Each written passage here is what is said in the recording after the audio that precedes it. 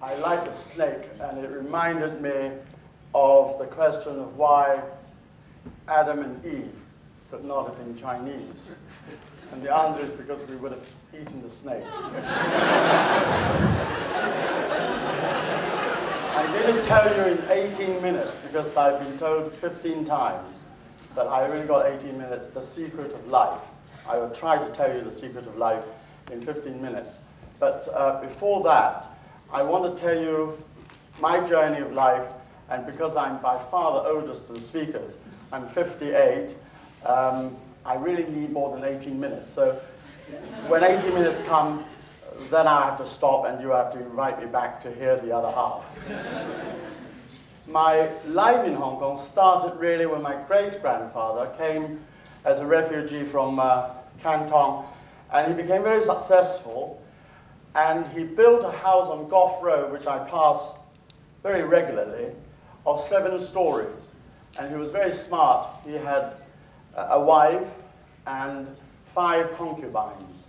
So he placed them on the 1st floor, 2nd floor, 3rd floor, 4th floor, 5th floor, 6th floor, and on the penthouse, he lived on his own. So he worked his way on Monday to Saturday, raised the red lantern, and he rested. And on the 4th floor was my great-grandmother, who produced my grandfather, who was a great philanthropist here, because he donated most of my money to you through Tang Shiu Kin Hospital and what have you. He was like 4,000 years of Chinese husbands wanting an heir. Although he wasn't exactly Henry VIII, he married a first wife who didn't produce an heir, a girl, so he dumped her. So he then went on to a second concubine, who turned out to be barren, so he dumped her. And then he met my beautiful grandmother, who produced an heir. And he was very happy until my father got ill about 2 months in. And the doctor came and told him that he was going to die. And my grandfather was very, very sad, because having waited for so long for an heir, he couldn't believe that my father was going to die. And my great-grandmother, who wanted to comfort him, told him a lie. He said, look, I had the feng shui man in the other day, and he told me this son is no good for you anyway. And so we can try again. But my father recovered. But because my grandfather was so superstitious, he actually decided that the son was going to be bad for him, and he said to my grandmother, you're off. I don't want you anymore, and I don't want our child anymore. And she was then pushed out and never saw him again for 80 years.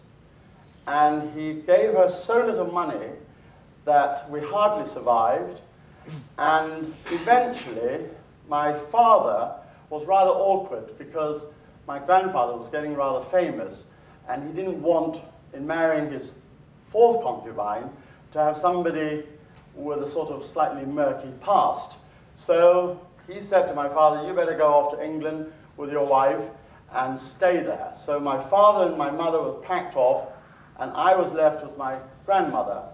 And we didn't have any money. We rented a room in Junction Road in Kowloon Tong, and my brother and me sleeping on the top bunk bed, and my grandmother below.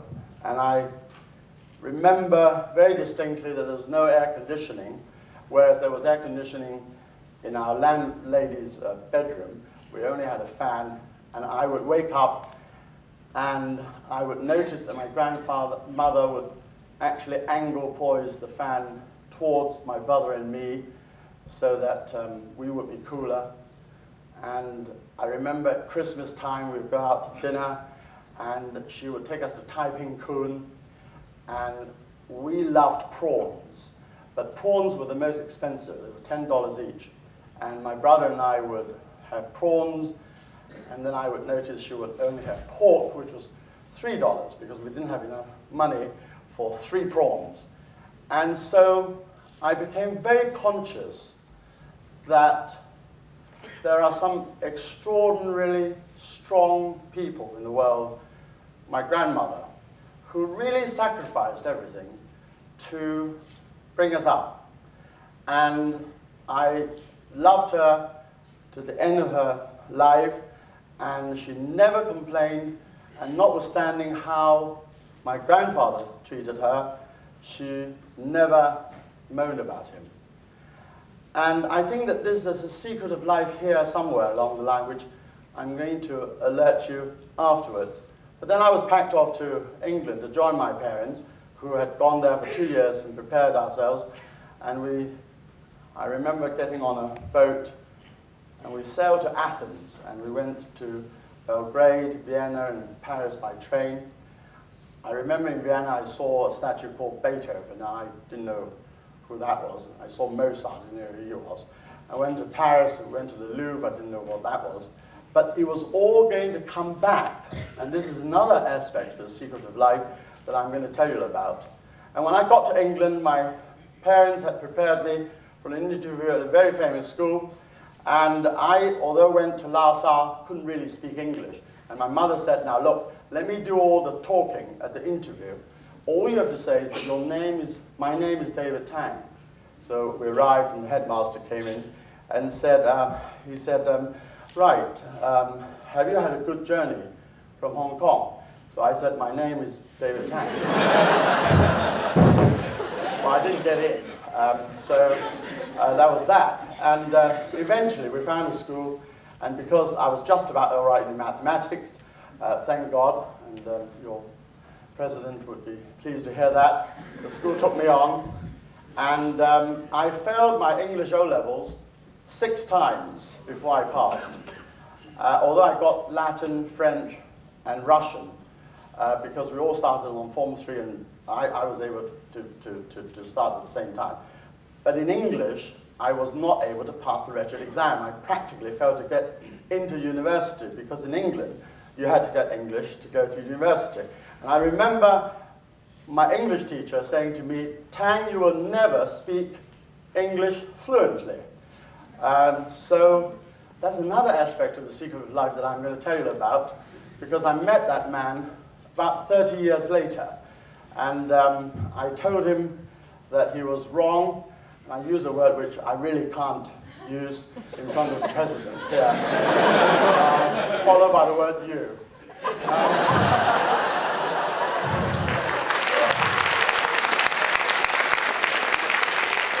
I said I am very good in the Anglo-Saxon tongue.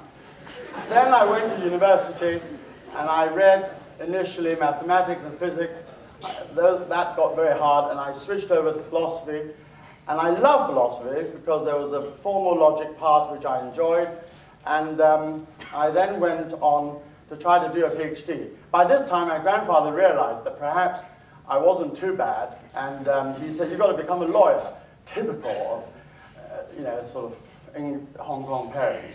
I said, well, what's in it for me? Because by that time, I got very commercial. He said, if you went to law school, I'll get you a flat in London. So I said, you're going to give me a flat in London, I'll do anything. So I stopped doing my PhD. I went to the law college, I was bought a flat. Then I cultivated a great sense of gambling. And I went, and one day, I saw this amazing horse called Nijinsky win the Derby. And it was last. And I watched that film about 28 times. And I saw him coming up the last 2 furlongs, and then winning, like an arrow, less to pickle on it. And I said, I'm going to put everything I have on the next race that this horse is going to race. And he went on to France at what was another huge race called the Arc de Triomphe. And I mortgaged my house, which was £40,000, and I put it on the nose, 11 to 8, and it lost by a nose. So I lost the flat. And unfortunately, my grandfather, the following month, said, my lawyer, Mr. Kwan Cho Yeo, is going to come to London to inspect the flat that I bought you. and I was in a slight panic. So I rang up a friend of mine who had a slightly better flat, about £60,000, and I said, look, can you lend it to me for a day? So I put all my photographs out. The great Mr. Kwan came and said he was very satisfied. And he said, did you really buy this for £40,000? I said, yes. He said, listen, can you give me the name of the agent? Anyway, I sort of fudged it a bit and told him that he died or something. But what happened then was that I went to a casino one night and I won back all the money. And I bought the flat. And this is another aspect of the secret of life that I'm going to come back to. And even more extraordinarily was that having won back the flat, I had a friend who lived up in northern England, and I went up and I went to the casino, and I lost everything again for the second time in my life. And I met a Chinese man who ran a Chinese restaurant there. And I went up and I said, look, listen, my grandfather is Tang Xiu-King. Can you lend me £5,000? Because I'm going to pay you back over the weekend. Well, stupidly he did. And I lost that. And then I went to see him in Leeds. I remember it was a rather nice detached house. And I said, look, Tony, I can't pay you back. But what I will promise you is that if I ever become successful, which I shall, I'm going to let you ask me a favor. Now, to cut a long story short, I paid him back £5,000 over about a year. And 16 years later, I got a phone call from him. And I said, hello. He said, is Tony Kwan here? I said, my God. I said, you're calling in for your favor. He said, yes. I said, do you want to borrow some money? He said, no, no, no. He said, do you remember when you came to see me at my home, I had a child, and she is now 21, and all she wants to do is to get a job from you at Shanghai Tang. So I said, is that all? That's all. So I took her on. She was fantastic. She worked for me for 7 years, and it was fantastic. 5 years later, he rang me again. And I said, look, Tony, you've used up your one favor. And he says, you know, you remember there was a cot, there was a child, baby, that's my son. He now wants to work for you. So I said, oh, God, all right, well, bring him along. So he started working for me. He was stupid. Can't get rid of him. And that's another aspect of the secret of life that I wanted to tell you about. After all this, I then decided I had to do some work. And at that time, energy was a big thing. And I wanted to drill some oil wells and go and work at a gold mine because I was fascinated by that world. And in that time, China just opened up this offshore oil. And I worked for an oil entrepreneur, and I drilled 10 wells, and I went to Africa, South America, looking at gold mines and so forth. We didn't find any oil, we didn't find any gold, there was absolutely nothing. But it gave me tremendous experience. After which, I said to myself, I better go back to law, which was what my grandfather deflected me to. And I started working as a lawyer in Hong Kong. And I want to tell you another extraordinary story, which was another illustration of what the secret of life is all about. I was in a firm of solicitors being instructed by a construction company who had placed an electric fence round a building site in Hong Kong. And a child got electrocuted and died. Now, usually you can't, for those of you who do law, really prosecute a company for murder or manslaughter, but they actually prosecuted a foreman. So we had to defend the foreman, and it was going really badly. And on the last day, after 2 weeks, I said to my barrister friend, I said, look, it's been a really difficult week. Why don't we go and have a proper lunch? And in those days, it was just up Hollywood Road. And the only restaurant that was open was an Indian restaurant. So we went in and started hoovering up all this Indian food with 10 chapatis and poppadoms. At 2 o'clock sharp, I felt a real urge in the direction of the lavatory. And so I dived in there, asking the judge to defer the hearing for 15 minutes. And I was in the loo when I heard two people come in, and they were having a pee. And one of them said to the other, he says, look, you are the engineer. You tell us whether that system was safe or not. And he said, well, I don't think it was safe. So I realized then that there were two jurors who were talking to each other. And of course, one of the basic tenets of jury service is that you mustn't consult with another. So I got very excited, and I held my breath, I held everything until they left. Then after a huge explosion, I went straight out to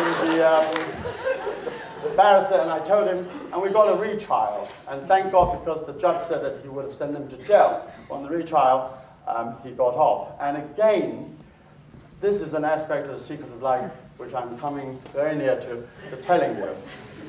And I think that after that, I wanted to go and start something that had some cultural value, because I saw Hong Kong was going towards the West, like the way in which China is, with these rich ghettos of stupid Western brand shops of Christian Dior and Louis Vuitton and what have you.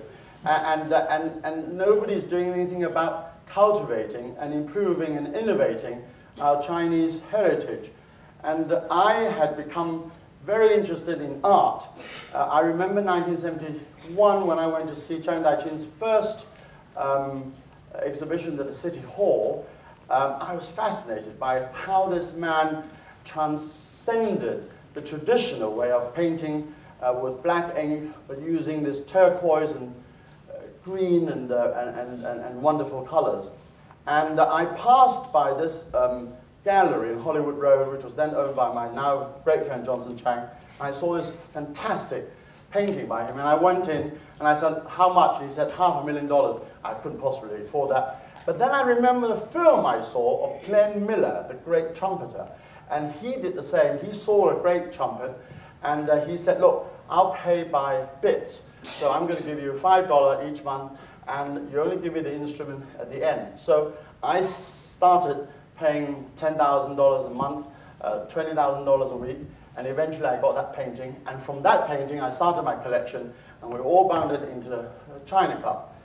Now, I'm sure that 18 minutes is coming up, so halfway through my life, I want to tell you that the secret of life, actually, is more or less what Rob was telling you about, is that you cannot start setting goals so far away, and that a lot of the times is providence, and about whether you are at the right place at the right time, and how things work out in your life without the feng shui man who told my grandfather that my father was bad for him, I would never have gone to England.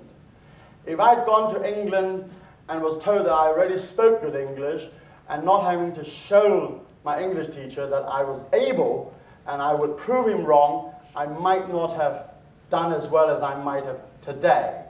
And I think the gambling, losses and so forth, meant also that we take huge risks in life and experience huge failure. I don't know whether any of you is a secret addicted gambler, but that feeling, and I'm sure none of you will tell me because we used to be liars, and that feeling of gambling beyond your means, you see, that is tremendous adrenaline. But you have to do it and lose everything before you can feel it. And there is another way of saying, well, you lose everything, but you make it back. And it doesn't matter. And that's another secret of life, is that whatever happens to you, you have to decide for yourself to keep going. And I think Rob has almost stolen my speech before me by setting out all these things. And I got so many people, young people like you, coming to see me, asking me what they should do in life. And they say they want to be a doctor, they want to be a vet, or they want to build a zoo, or whatever. There is a film about a family building a zoo. But the point is that you cannot set yourself goals so far away and be so determined. The problem is that we have a lot of biographies, and we read so many stories about men who are successful, and we say, well, Richard Branson already had an acumen for business because he started selling bicycles, second-hand bicycles, when he was young. But imagine the hundreds of thousands of other students who did more or less the same, or even more successful, but did not become nearly as successful as Richard Branson. So we have the benefit of hindsight a lot of time when we fit our facts into biographies. There is no other way of going about it, but I'm just warning you that a lot of the times when we reflect back how we ever came to a particular situation or success or failure is never something that we ever expect. I can tell you that. Life never happens the way you think it does. I used to be asked, how do you make God laugh? Well, tell him your plans. Okay, now, I'm sure that 18 minutes is up. I could stand here and tell you the rest of my life story, which is not entirely uninteresting, but it is all because of providence, fortune, luck, and I don't set myself huge goals. I take the day as it comes, but when you see something, you have to seize it, and when you are presented with a risk, take it. Take it. Doesn't matter. Don't think of the consequences. Because if you do, you will never be a great man. No human progress has ever happened because of what everybody does and what everybody thinks. The world goes round, spins round, entirely on crazy ideas and unnecessities. And it's like people saying to you, why do you want to do that? You don't have to. You don't have to. That is precisely why you do it. And that is what makes the difference. Boys and girls, I'm going to say, because I'm so old. Thank you for having me. And I'm sorry that I'm rambling on a little bit, but I was asked to come and tell you about my life. I've had a very varied life. I've experienced quite a lot. And I hope all of you will have the same kind of varied life you have, because what is the point for being just insular? I come from a middle class, but I hate having middle class values of just worrying about what your neighbor has or whatever it is. And you've got to do this, you've got to do that. Break out. Come on. Do something, not deliberately crazy, but let life come on to you, and you can just occasionally at least take a risk and try something different, because sometimes you might actually like it, but try to avoid Happy Valley. Thank you very much.